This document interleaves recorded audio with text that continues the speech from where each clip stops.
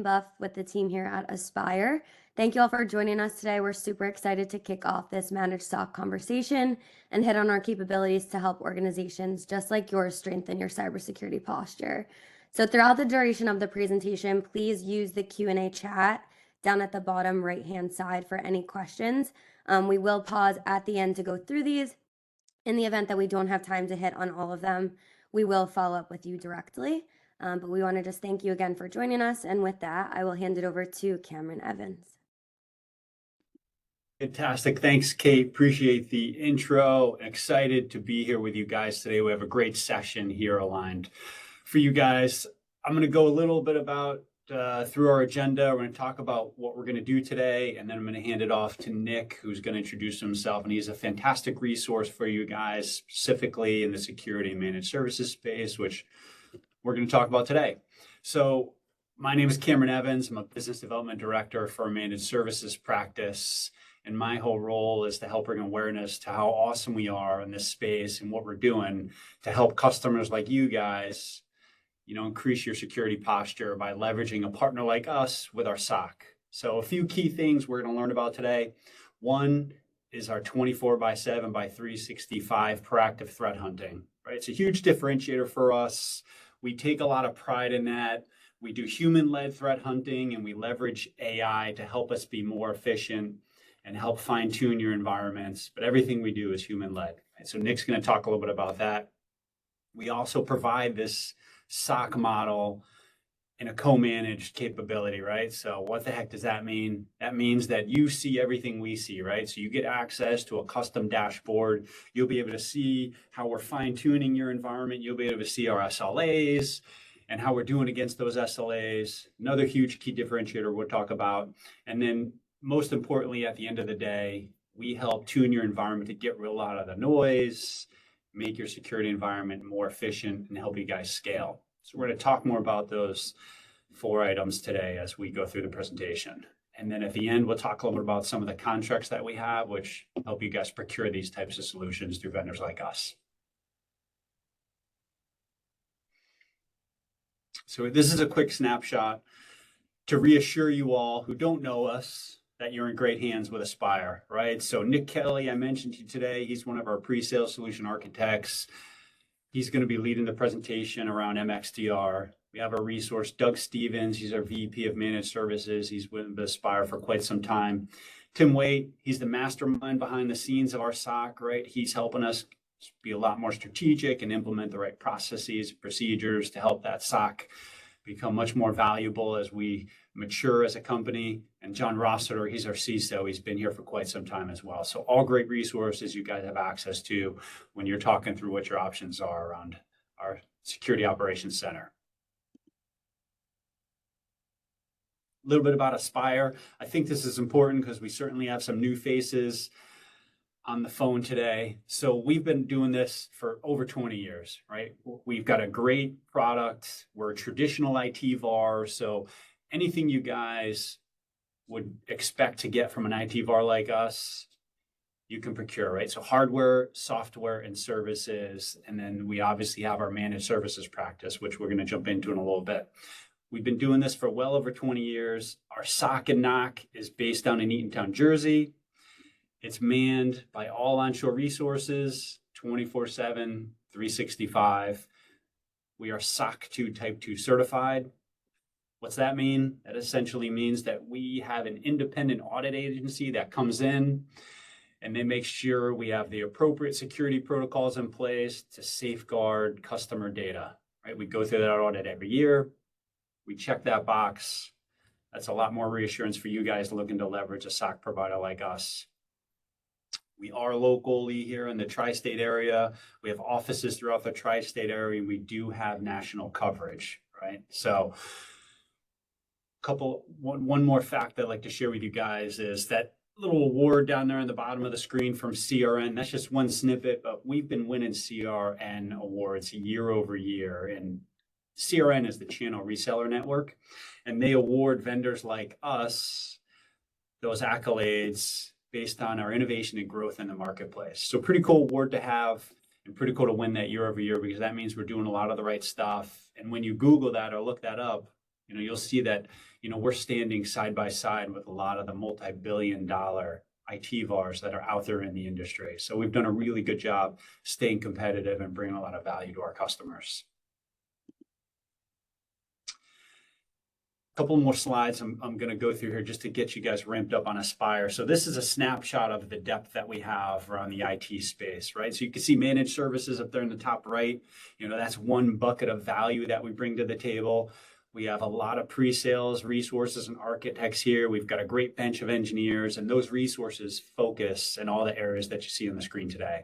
So collaboration, networking, data center, physical security, and the like, right? So as you're looking for a partner to help you guys plan and design and architect out those solutions, we've got resources to help you guys. And this slide highlights a lot of what we're going to talk about today, right? This is just our managed services practice. So you can see in the top left, you got MDR, then next to that, you've got XDR, which we'll talk about, right? So we can help you guys in a lot of different areas within your security environment to help ensure that you've got a robust security posture, or responding more timely to threats, and we are your eyes behind the scene, right? So we're doing a lot of things in the managed services space just outside of security. I know today's call, we're going to focus on security, but you look on the right, we do managed AV, which is managed video rooms, right? We do managed collab. We also do data protection as a service. So a lot of good value adds we're doing to expand our offerings and, work well beyond just the security space. And the last accolade I'm going to talk about to reassure you all that you're in good hands with us is everybody knows Cisco, right? So Cisco is, definitely the 800-pound gorilla out there in the IT marketplace. They have thousands of partners who do a great job selling their stuff, right? They have thousands of partners who are selling their routers and switches all day, selling their software licenses. But when you look at the list of partners who are competent and versed enough to actually sell managed XDR, that list dwindles way down to just 7, right? And that's us, right? So we've been anointed by Cisco to be one of 7 managed XDR partners in the country. And what that means for you guys is we let Cisco into the back room. They brought in their clipboards and, their checklists, right? And they essentially audited our practice and we passed their litmus test. So now we've got this award. It's a great accolade. And just to let you guys know, you're in great hands with working with a partner like us. So when you're looking for someone in the managed XDR space, we're approved and ready to rock and roll. So on that note, I'm going to turn it over to our good friend Nick Kelly and our pre-sales team to help walk us through the managed XDR practice we're going to focus on today. Thanks, Cam. I don't think you stole all my thunder, but pretty good pitch, man. I'll give you that for sure. So yeah, my name's Nick Kelly. I am I'm year 2 at Aspire, but year 28 in the security space. Was on the manufacturing side for a long time, ex-State Department, ex-diplomatic security, and I was really intrigued to come to Aspire specifically because of our services and the way that we can really help bridge the gap and reduce the risk for organizations that want to get to running their own SOC, but maybe there's some constraints around that. So we're going to talk a little bit about where we fit that and where we can give you the best overall solution to help with improving your security. If time and money were no obstacle, this is what everybody's secure operations would look like. We would be able to monitor everything across the entire environment, operating systems, assets, users, data, applications, all of it 24/7. We would be able to detect incidents. As soon as we found something, we would be able to investigate those, and then we would disrupt the flow of the attack and we would contain it to reduce the blast radius as much as possible. That's a perfect world. And I mentioned time and money because realistically, when we speak to the CISOs and the security admins and the IT directors and everybody, all of you who are on this call, there's really 3 key metrics when we start talking about the security space. One is time. We want to reduce the time to detection, the time to response, the time to contain. We want to reduce the risk that's associated with that. The longer it takes for you to detect something, obviously, the more risk that's associated with that status. And the third is cost, right? Unfortunately, all of these things are not, They're not free tools. You could use free tools. I've seen a lot of people do that at some of the security conferences where they talk about kind of hedging some things together, but realistically, you want true integration across the board, and we're going to talk about that here in a second. Part of the reason that we're in the state that we are, where not everybody can get to this secure operations model, is because security historically has really been a cat and mouse game. There's been a new threat that's come out. Every vendor rushes to make sure that they have a compensating control for that threat. And then what happens is over time, you've got it started with antivirus, right? Antivirus then became endpoint protection. Endpoint protection then became endpoint detection and response. You have your firewall. Firewall used to just be allow, deny, port protocol, destination, source. And now it's a full unified threat management platform, which has intrusion detection and malware and file policies and URL filtering. So you have all of these things, and all of those things are more tools to manage. And so what actually most organizations look like is they run into one or many of these common challenges, which are we have personnel, but they don't have the skills to run every single one of these products that we've adopted over time, because each of those products means I have to go to a different training class. I have to get certified on that. We have a limited budget, so I can't just pay another person while I put somebody else through that class. There are time constraints. So going to those classes, going through those education, investigating the incidents that we have in the environment, all those things take time, which means we're not able to look at the new and evolving threats that are out there. And probably the most poisonous of all these aspects is this alert fatigue, which is simply there's just too much to look at. So how do I determine what's high priority, what's impactful in my environment? And you can do what some people do, which is random sampling. Like, give me 50 out of the 1,000 alerts and hope they're the right 50, right? That's kind of just like throwing a dart at the dartboard. It really doesn't solve what you needed to solve. Even worse is I've got all these tools. Who do I trust if my endpoint product says this is just an informational log entry, but my firewall says it's absolutely critical to the business? And am I chasing each of those different things because the intelligence behind those products is different? So what we want to do is we want to eliminate that. And what we found is there was an argument for a long time in the industry. I wrote this up when I was at Cisco, was the buy versus build argument. Do I buy tools that already exist and can run them together, or do I try to build something on my own and stand it up and then have all of those time constraints, training that I have to go to, certs that I have to go to? Every one of those different vendors has a different tech support team that I'm going to have to call. What about co-term procurement? Like, do those contracts, do they extend on the same time, or am I constantly chasing in renewal dates for everything that I've got deployed? So those all become headaches and challenges that we see from teams that are just trying to build up their own full 24/7, 365 secure operations team. So what we found in the industry is, as Gartner states here, most organizations have said, look, in order to get to disrupting those threats, containing those threats, reducing the blast radius, making sure that I'm mitigating as much risk as possible, we're going to have to rely on an outside source to do that. And that's where our Security Operations Center comes in. That's where our SOC services come in. And we really wrap it in this approach. You're going to have firewalls deployed. You're, like you see here on the left, you've got your headquarters, you've got your different branches. And in those environments, you have firewalls and you have your networks that need to be protected. You have endpoints that need to be protected, maybe mobile devices. During COVID, we learned about this concept of a branch of one, which is really me. I'm the Virginia guy for Aspire. 99% of the time, if you see me and we're meeting on a webinar like this, it's me and my guitars. So when that happened, all these security tools got deployed to all of these different environments. So the key is getting those to have a unified view so we get the big picture. And this is what we do with our vigilance product, which is we're going to take all that different information from all of those different deployments, whether those users are roaming, whether they're in a branch office, whether they're at headquarters, without having to shoehorn all the traffic back to one location. We can actually give direct internet access from any of those locations and still have them secure. The way that we back that up is we unify the threat intelligence that powers all these things. And I want to talk just a second about the piece there in the top right, which is Talos. So Talos is the culmination of all of the security intelligence teams that Cisco has acquired over time. And not just, don't think just Cisco products. but also they're part of the Cyber Threat Alliance, so they work with other vendors.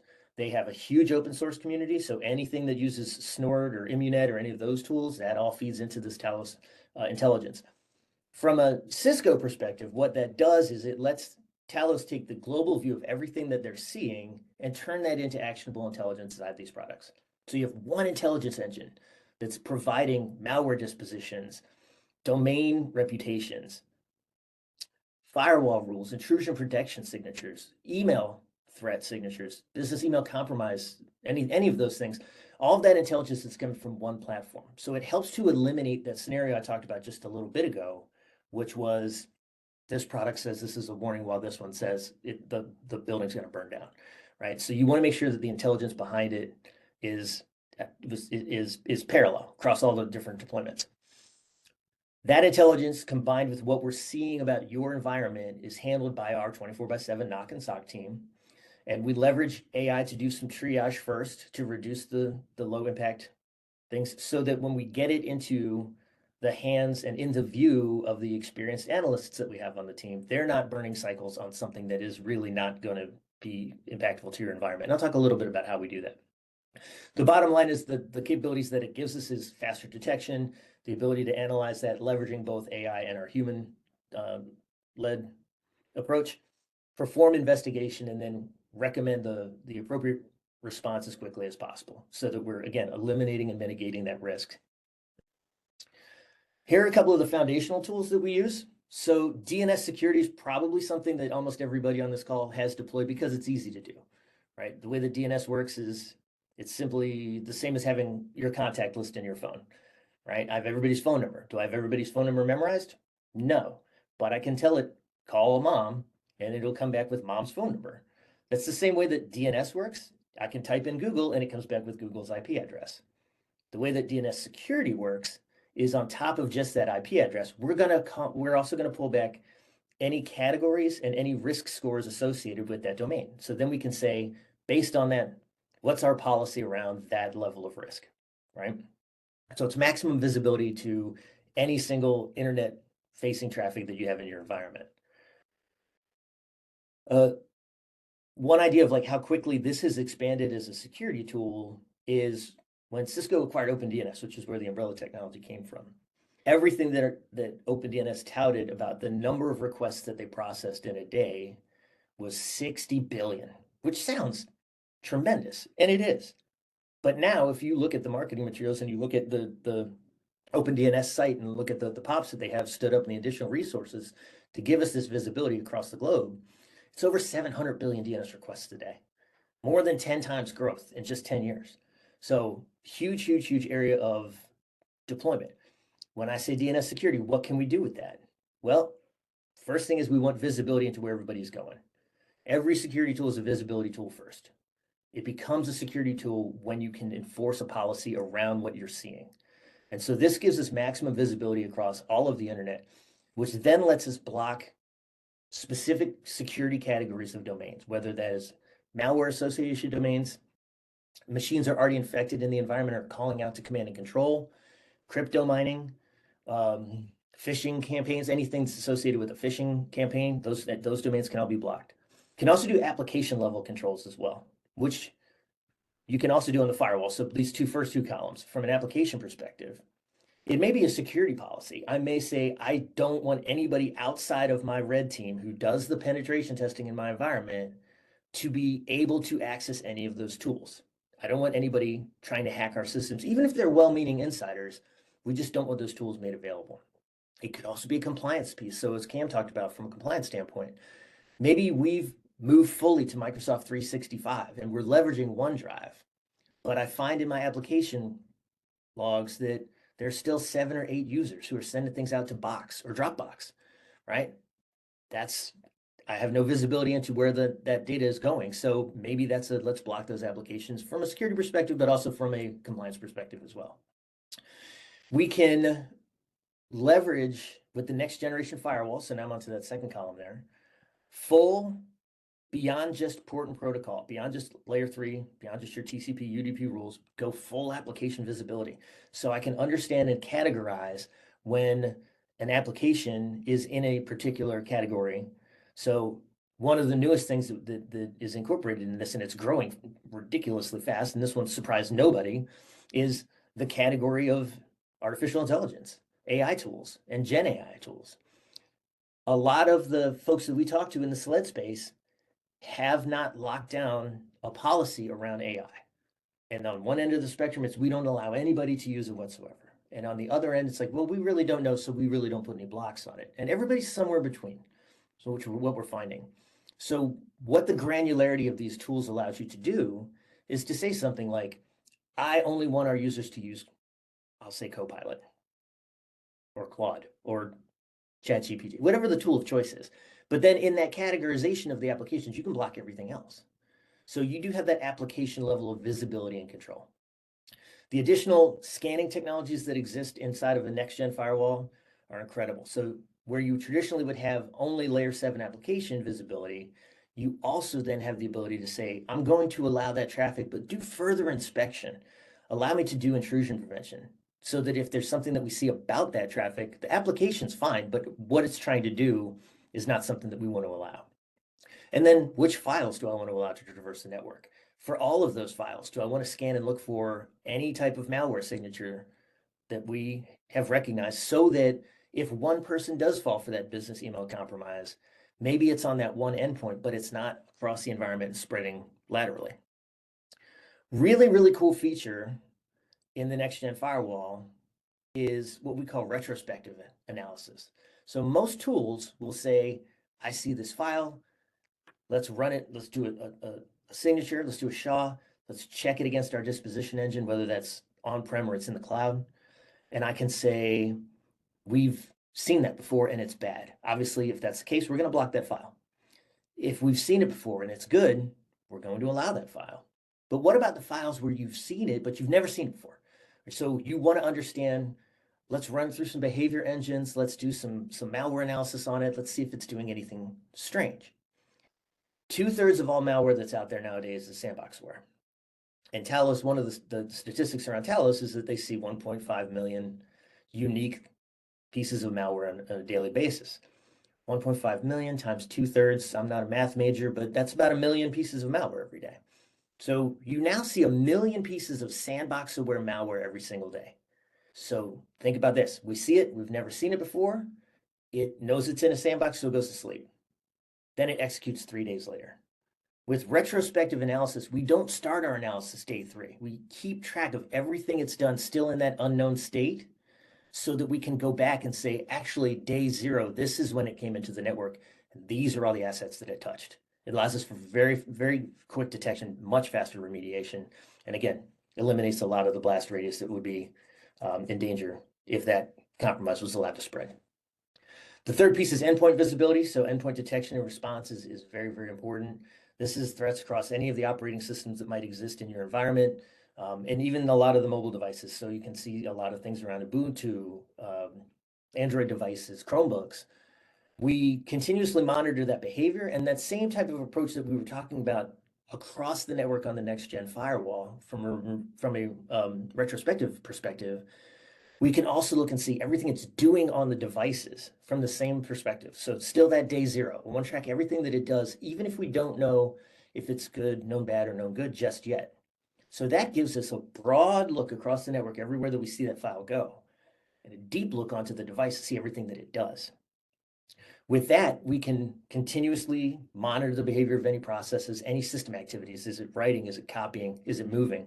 From a process perspective, is there a child-parent process relationship where if you kill one, the other restarts that process?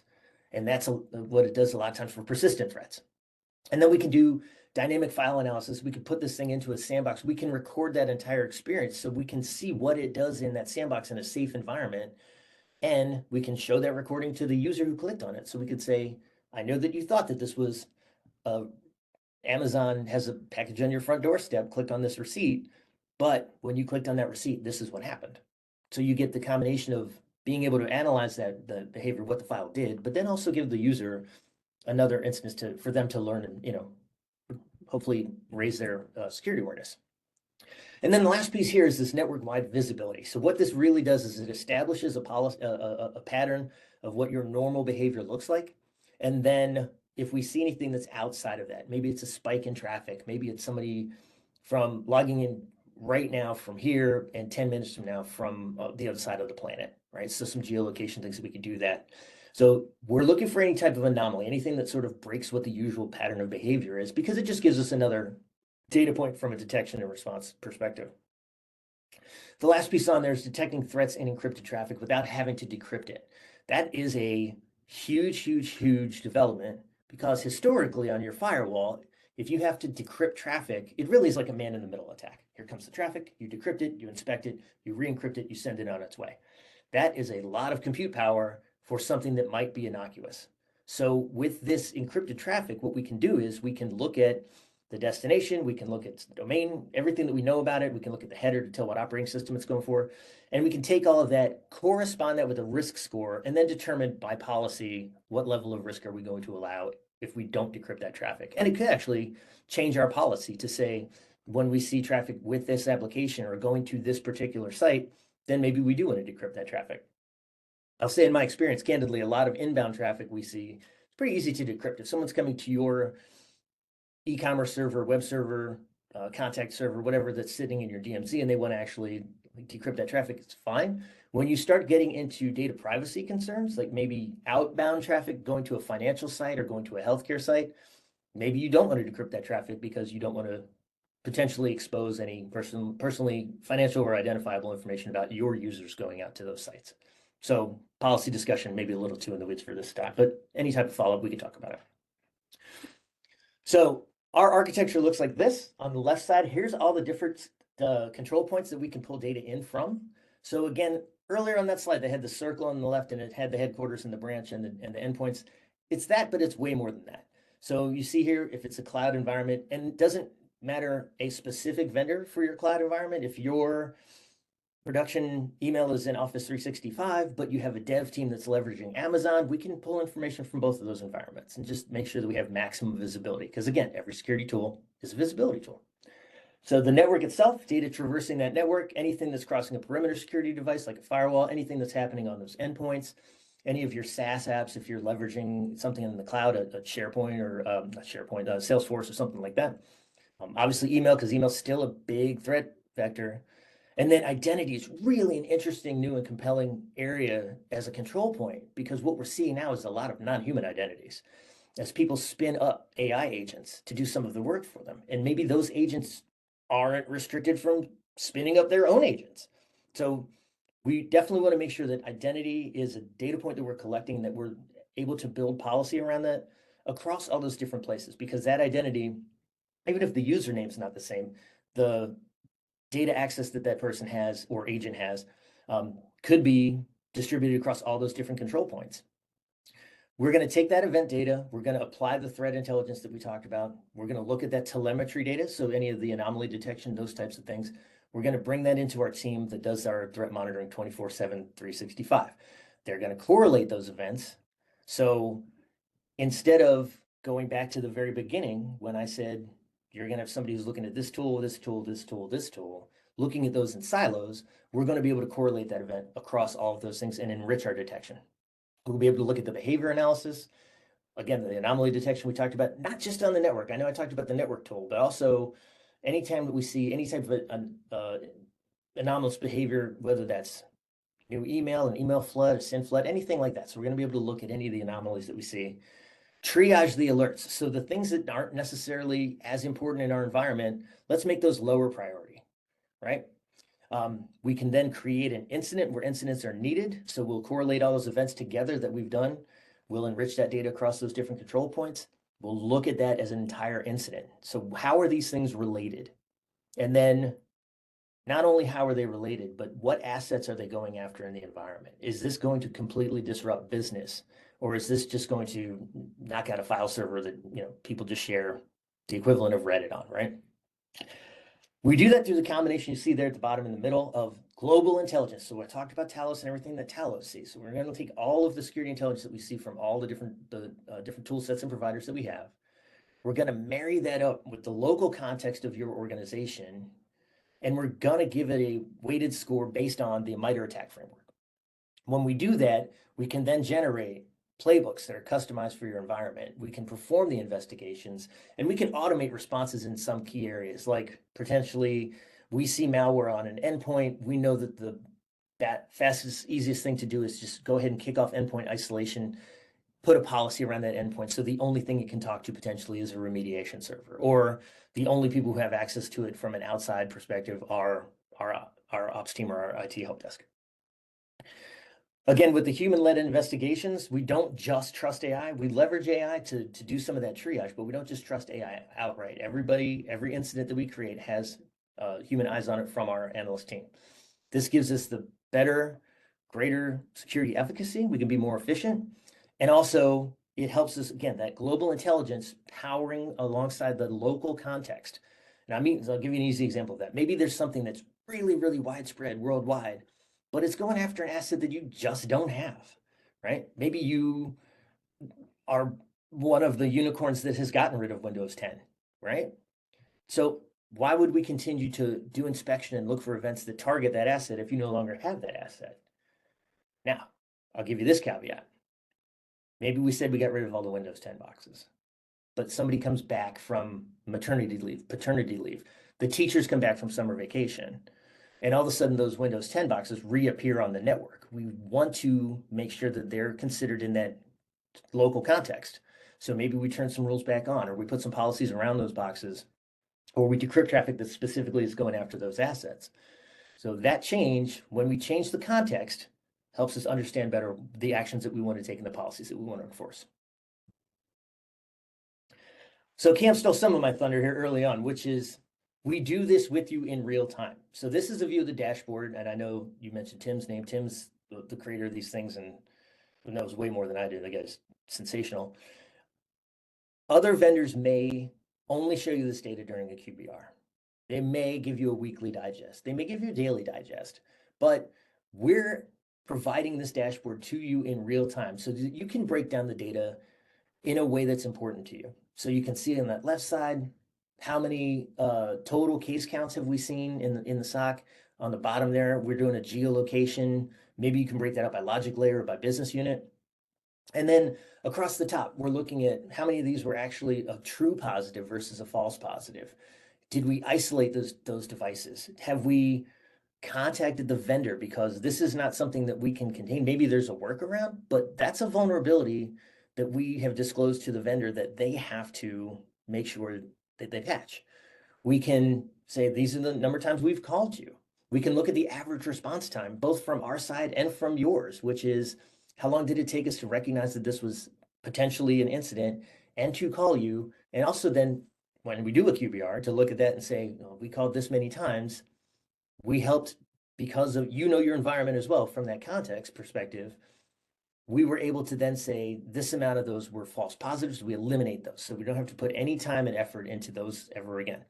Or we said, here's what we recommend as an action, and the client took that action. Or the client told us, we want you to take that action. So something like an endpoint isolation. You can see there on that right side, that 42, that's a threat grid. Threat grid's that malware analytic tool that I talked about, that you can explode that file in a sandbox and look at everything that it does.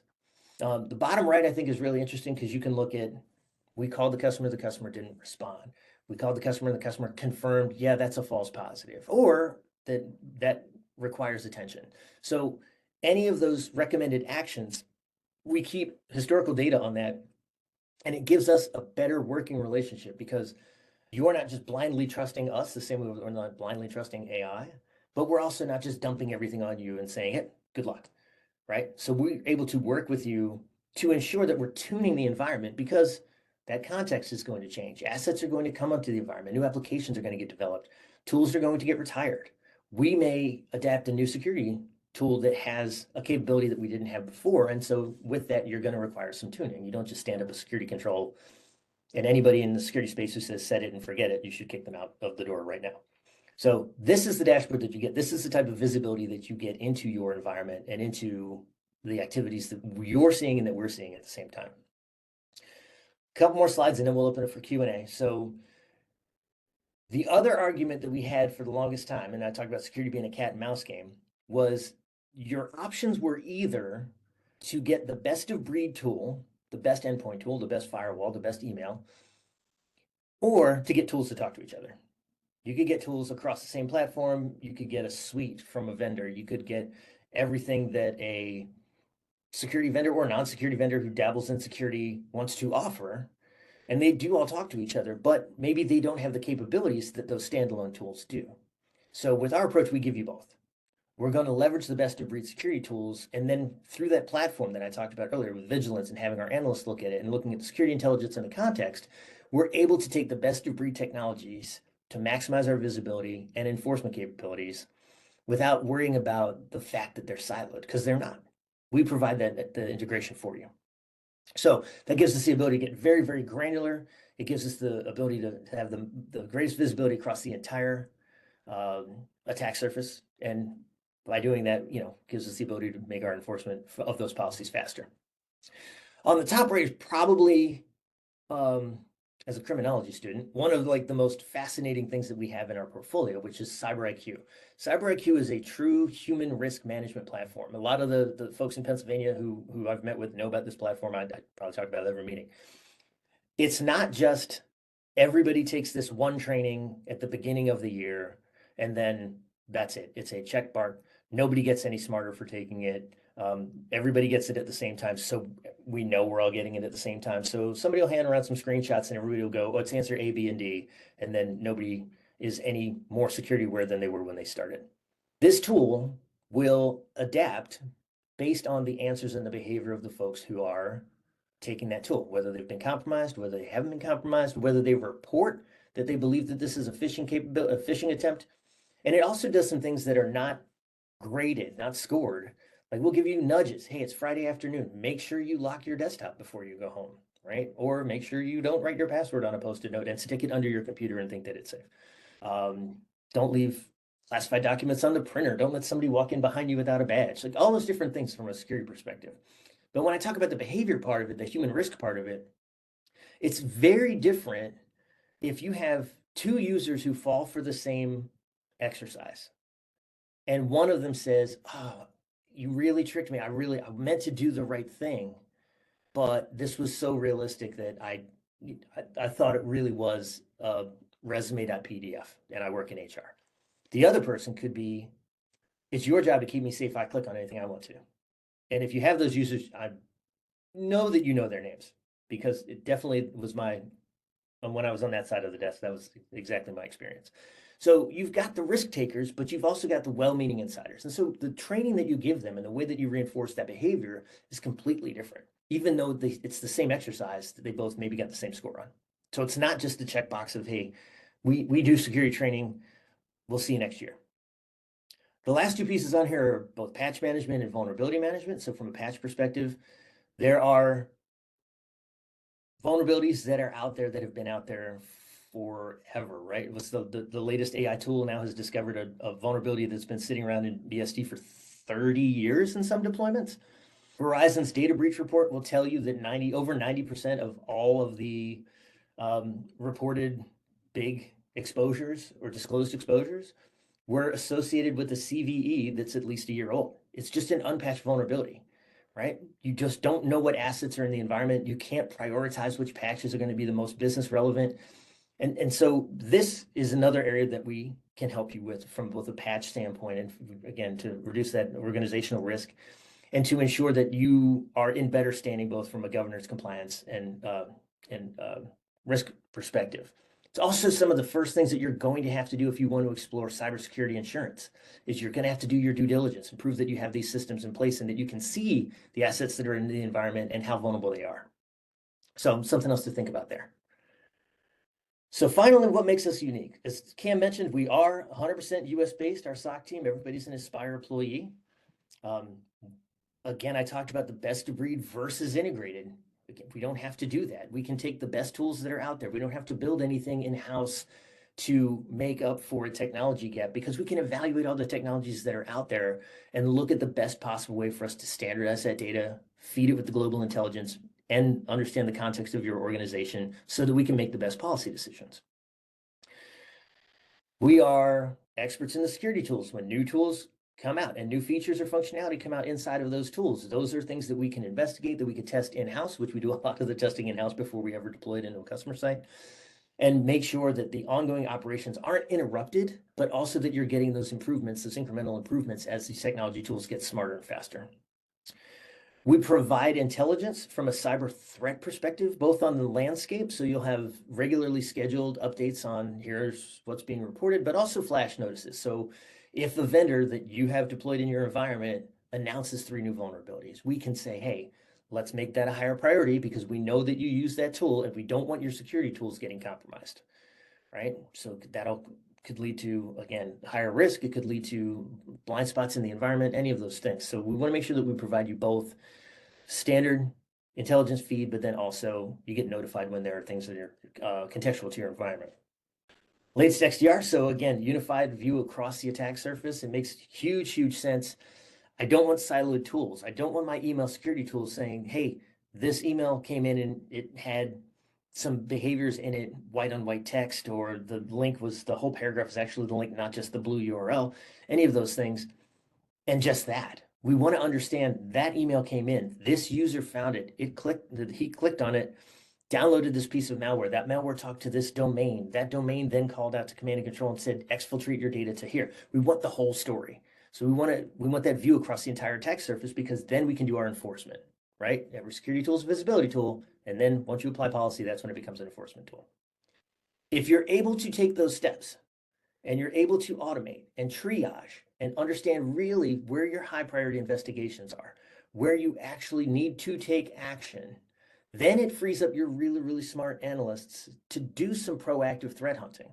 Without these tools, if all they're doing is chasing every log entry, we don't know if it's important, if it's contextual, we don't know if it's high priority. If all they're doing is just chasing all of those events and never actually getting to resolution, then they'll never have time to be proactive when it comes to threat hunting. And that's a real key value that we provide. Cam, I'm going to hand it back to you because I know we talked about contracts, and that's going to be the next thing. And then I believe we're going to open it for Q&A after that. Fantastic. Thanks, Nick. So here's a great screenshot. I'm sure there's some familiar names on here for you all out there in the audience, right? Specific around some of the contract vehicles we have, which we'd be, of course, happy to talk more about afterwards, that enable you guys to just procure these services in a easier fashion. Awesome. All right, Kate, I believe we're at the Q&A stage of today's presentation. Yes, thank you. I know we only have 2 minutes left. So anyone that does have questions, please send them through to the chat. If we don't get to them, we will follow up with you directly, but I'll try to get through as many as I can. First one, how do I get our team shifted from reactive only to taking some proactive steps in our environment? Yeah, and that's exactly what I talked about on that last slide with proactive threat hunting. Is you can't get there if all you're doing is you're playing whack-a-mole, essentially, right? Is the analogy where there's a warning sign on my firewall, there's a warning sign on my endpoint, there's a warning sign on my anomaly detection tool, and I'm just chasing those all day long. I can't get to the proactive threat hunting. And when I say threat hunting, again, we have the context of your network, but you're always going to know more about your network than we are. You're always going to know your network slightly better than we do. And so let us handle the known threats. Let us handle the triage of those alerts. Let us create an incident when there's events that justify it, so that we're handling a lot of that frees up your team when they say, hey, we're looking at bringing in an AI tool. We're looking at going to this cloud environment. We're looking at leveraging this SaaS application. Any of those different things that is a new initiative. Can you take it and what risk does it introduce are questions that you're going to be able to answer because you're not too busy over here chasing log entries and events that may not mean anything in your environment. Perfect, thanks. And then I know we have 1 minute. Is this a service only, or are we required to purchase your suite of products? That's a Cam question. You want to answer that, Cam? Yeah. This is a great opportunity for you guys to leverage us as a managed service provider and salvage your existing investments that you've made in IT, right? So we wrap this service right around your existing product set, improve your security posture, and offer that 24/7, 365 support. So it's definitely a product. It's a high value product in the managed services space. Great, thanks, Cam. I know we're at time right now, so we want to be mindful of everyone's time. Any other questions, we will follow up directly with you. But thank you all for joining us today, and we hope you have an amazing day. Thanks, Kate. Thanks, Nick. Thanks, everybody. Thank you, everybody. Bye.